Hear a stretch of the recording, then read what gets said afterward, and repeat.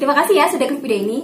Sebenarnya Mams, apa yang saya akan sampaikan di konten ini mau saya bikin konten tersendiri mengenai tanya jawab anak saya. Kenapa waktu itu speak delay, gimana caranya supaya dia bisa bicara lancar. Sebenarnya seperti itu. Tapi karena banyak banget pertanyaan mengenai yang akan saya bahas ini, jadi menurut saya udah gak apa-apa nih, semakin cepat semakin baik. Saya lanjutin Mams. Jadi kenapa sampai sekarang anak Mams ini belum bisa bicara, atau kalau anak Mams sudah ikut terapi di luar, udah berbulan-bulan, terus sampai rumah, terus pulang terapi, udah diajarin juga latihan fokus, main puzzle, main bola, main fokus lainnya, tapi sama sekali gak ada perubahan, atau ada perubahan, cuman kata-katanya sedikit. Nah itu apa penyebabnya? Mams pasti udah tahu, Mams yang ngikutin saya dari tahun kemarin nih, sebenarnya udah banyak banget, hampir di setiap video yang saya upload, itu ada beberapa nyenggol dua masalah ini. Jadi saya akan bahas dua nih, dua faktor bener-bener yang bikin anak sampai sekarang tuh belum bisa bicara nih Mams. Pertama nih Mams, yang pertama itu nggak lain dan nggak bukan, yaitu Mams masih memberikan anak itu menonton TV atau menonton video di HP atau YouTube atau semacamnya. Jadi anak balita yang belum bisa bicara itu Mams, meskipun kita kasih nonton cuma sebentar, itu benar-benar akan merusak fokus si anak.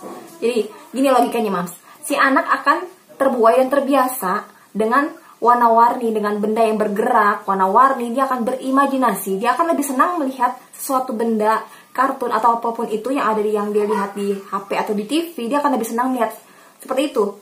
Dan dia akan lebih senang mendengar suara-suara, musik-musik, lagu-lagu atau apapun yang dia dengar, yang dia tonton di TV atau di HP.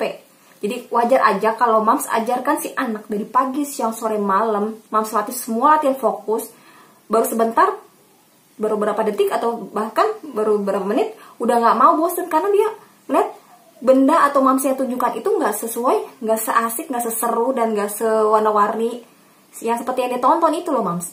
Dan wajar sekali kalau misalkan anak Mams kalau dipanggil tuh nggak nengok, nggak menoleh. Karena apa? Dia nggak tertarik sama suara yang ada di sekitar dia. Dia hanya tertarik suara-suara yang dia lihat, yang dia dengar, yang ada, yang sering dia nonton di TV, di HP, di gadget, seperti itu Mams.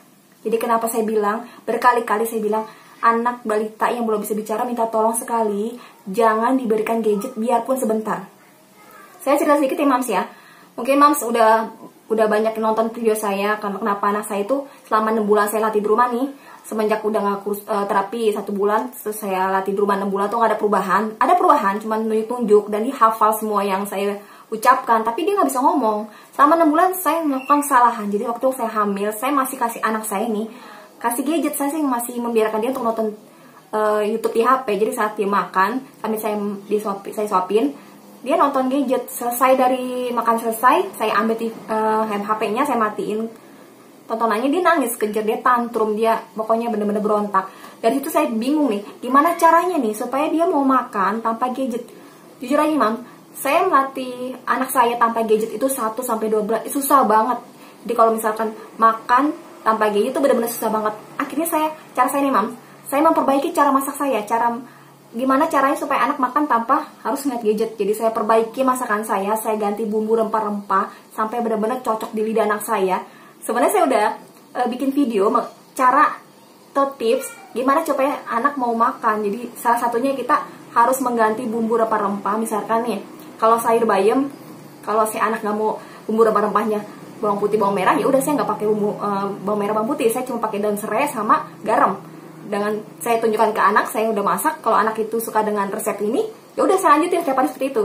Saya cerita sedikit ya Mams ya. Dulu saya tuh waktu anak saya speak delay itu, saya sempat 2 kali ke dokter anak. Jadi bukan yang sombong atau mau pamer gimana, bukan Mams. Jadi saya ke dokter anak, saya tanya, "Dok, anak saya ini belum bisa bicara, udah umur 2 tahun 5 bulan, belum bisa ngomong, cuma bisa nunjuk, terus tarik-tarik, belum ekspresi juga kadang-kadang nggak ada." Terus kata dokter, "Anak ibu fokusnya hancur gara-gara kebanyakan nonton gadget." Terus saya tanya, "Memang berapa maksimalnya Dok ya untuk balita yang belum bisa bicara?" Jadi kata si dokter itu maksimal 2 jam untuk anak yang balita untuk nonton tuh 2 jam aja udah dalam sehari. Mam bisa bayangkan, anak saya umur 2 tahun 5 bulan belum bisa bicara, hanya bisa 2 kata. Waktu itu saya ingat dia ngomong kakek, nenek, cuma 3 kali dia ngomong. Kemudian kata-kata 2 ini hilang, udah dia anak saya nggak pernah ngomong lagi. Akibat selama 6 bulan saya latih di rumah, saya masih kasih dia gadget. Jadi kalau mau makan saya kasih, kalau saya bebenah rumah saya kasih, kemudian saat saya mandi atau lagi sibuk apapun di rumah saya kasih. Cuma 5-10 menit, nggak lama. Tapi efeknya sia-sia perjuangan saya latih pagi, siang, sore, malam, percuma Mams. anak saya masih kasih tonton HP di YouTube. Itu saya nyesel banget. Itulah kenapa sebabnya saya berkali-kali di video saya bilang, Mams minta tolong jangan kasih anak Mams yang belum bisa bicara itu nonton TV atau nonton gadget, itu bahaya. Nah yang kedua nih Mams, kenapa anak sampai sekarang belum bisa ngomong meskipun Mams ajak dia terapi yang mahal, terus sampai rumah dilatih saat pagi siang sore malam, dilatih fokusnya dengan macam-macam mainan yang bagus. Pokoknya kok sampai sekarang anak ini nggak ada perubahan, kenapa? Nah Mams bisa cross check nih, bisa evaluasi ini apa yang salah.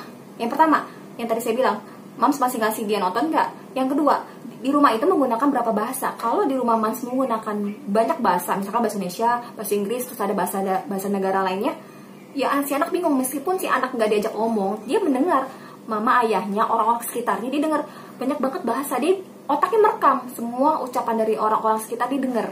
Ya, si anak bingung nih, mau ngucapin yang mana? Ini anak udah hafal, dia mau ngeluarin kata-kata bingung. Mams harus pilih bahasa mana yang benar-benar mau Mams gunakan, yang mau Mams ajarkan untuk anak, yang paling utama banget ya bahasanya. Misalkan bahasa Indonesia, ya udah Mams ajarkan, kasih bahasa Indonesia, kasih kata-kata yang paling mudah supaya anak Mams mengerti. Biarpun dia diam aja sekarang nih, Mams ajarkan bahasa Indonesia, kata-kata yang paling mudah dia rekam, di otak dia merekam Mams, dia mengingat. Saya jamin dia mengingat. Kalau misalkan mau bahasa Inggris, ya udah kasih bahasa Inggris, jangan campur aduk. Misalkan Mams sama suami ngomongnya bahasa Inggris, ya udah kalau sama anak pakai bahasa Indonesia aja, seperti itu. Kenapa saya bilang Mams harus pilih satu bahasa? Karena nggak semua balita itu kemampuan terima bahasanya tuh cepat. Ada beberapa balita, termasuk anak saya, kalau banyak bahasa dia nggak ngerti, dia akan bingung. Dia bingung bahasa istilahnya kalau secara mudahnya Mams ya. Kalau misalkan anak Mams itu pintar, menyerap banyak bahasa terus dia langsung bisa ngikutin, itu bagus banget. Tapi kan kebanyakan balita yang belum bisa bicara itu, kemampuan bahasanya itu dia jadi bingung mau nerima bahasa yang mana. Jadi saran terbaik saya, Mams harus pilih ya Mams ya, satu aja bahasa yang benar-benar yang Mams yakin nih, ini aja deh bahasa yang paling banyak digunakan, seperti itu Mams ya. Dan saya bukan menggurui atau so tahu. Saya mau Mams ambil yang baik, yang berhasil dari saya ambil. Kalau misalnya yang nggak baik, yang salah dari saya, tolong jangan diambil. Berkali-kali saya bilang kayak gitu. Mams harus semangat ya Mams ya. Sama saya juga masih mengajar masa kemasan anak saya. Pokoknya sebelum anak umur 5 tahun nih Mams, jangan khawatir, otak anak itu berkembang sangat cepat banget. Mams rugi kalau Mams sia-siakan waktu anak sekarang nih, sia-sia. Pokoknya pagi siang sore malam harus wajib latih fokus, apa aja pokoknya latih. Semangat ya Mams ya.